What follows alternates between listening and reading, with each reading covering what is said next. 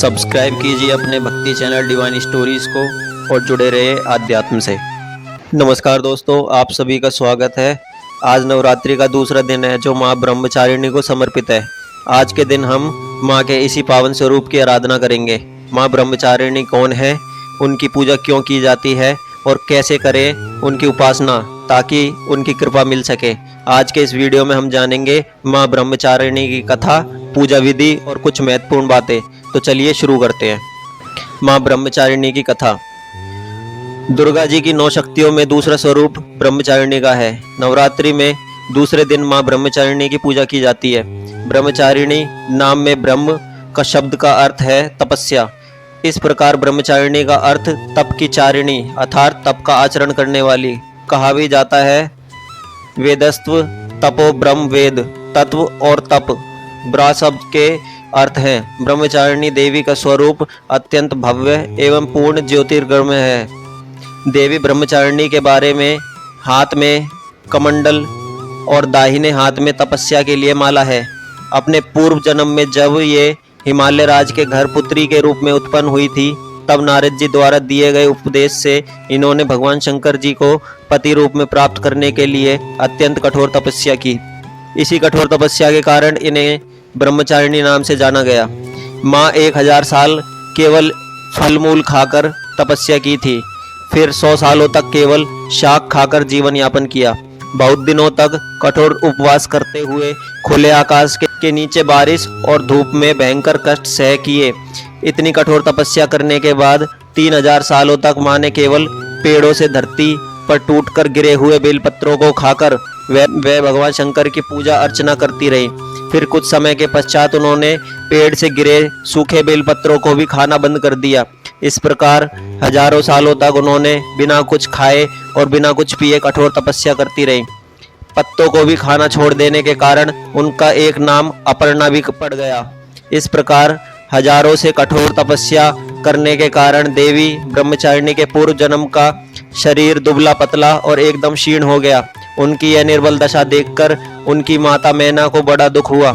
माता मैना ने उनकी इस कठोर तपस्या से बाहर निकालने के लिए उन्हें आवाज दी, उमा, अरे नहीं, ओ नहीं।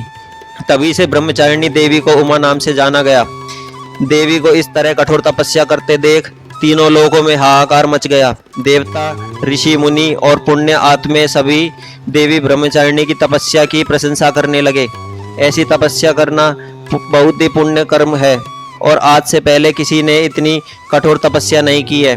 और अंत में ब्रह्मा जी ने आकाश में प्रकट होकर देवी ब्रह्मचारिणी से बहुत प्रसन्न होकर कहा, हे देवी, आज तक किसी ने भी इतनी कठोर तपस्या नहीं की। इतनी कठोर तपस्या करना तो केवल तुम ही से संभव है।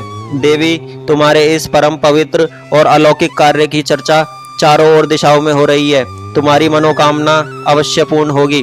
भगवान शंकर से ही तुम्हारा विवाह होगा और वही तुम्हें पति रूप में प्राप्त होंगे। अब तुम तपस्या को खत्म कर अपने घर लौट जाओ। बहुत जल्द तुम्हारे पिता तुम्हें वापस घर ले जाने आ रहे हैं। माँ दुर्गा जी का यह दूसरा स्वरूप ब्रह्मचारिणी सभी भक्तों और सिद्ध लोगों को अत्यंत फल देने वाला है। माता ब्रह्मचारिणी की व्रत कथा सुनने मात्र से मनुष्य में तप, संयम, सदाचार, वैराग्य और त्याग की वृद्धि होती है।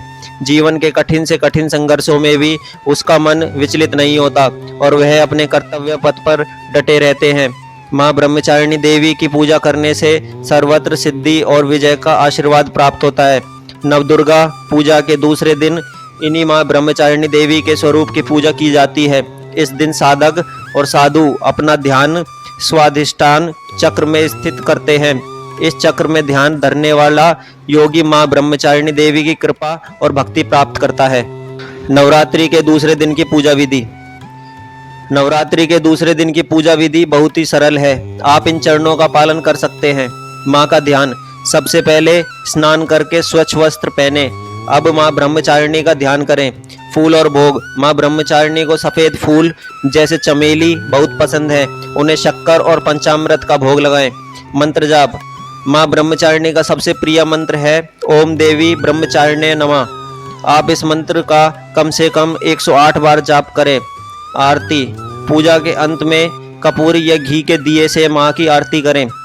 ध्यान रखने योग्य बातें। लहसुन प्याज और मांसाहार का सेवन ना करें। पूजा स्थल को हमेशा साफ रखें। इन दिनों ब्रह्मचारिणी का पालन करें।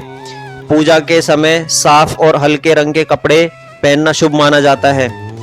तो दोस्तों, यह थी नवरात्रि के दूसरे दिन की व्रत कथा और पूजा विधि। माँ ब्रह्मचारिणी का आशीर्वाद हम सभी पर बना रहे। आशा है यह जानकारी आपके लिए उपयोगी साबित होगी। अगर आपको यह वीडियो पसंद आया हो तो इसे लाइक करें, शेयर करें और चैनल को सब्सक्राइब करें।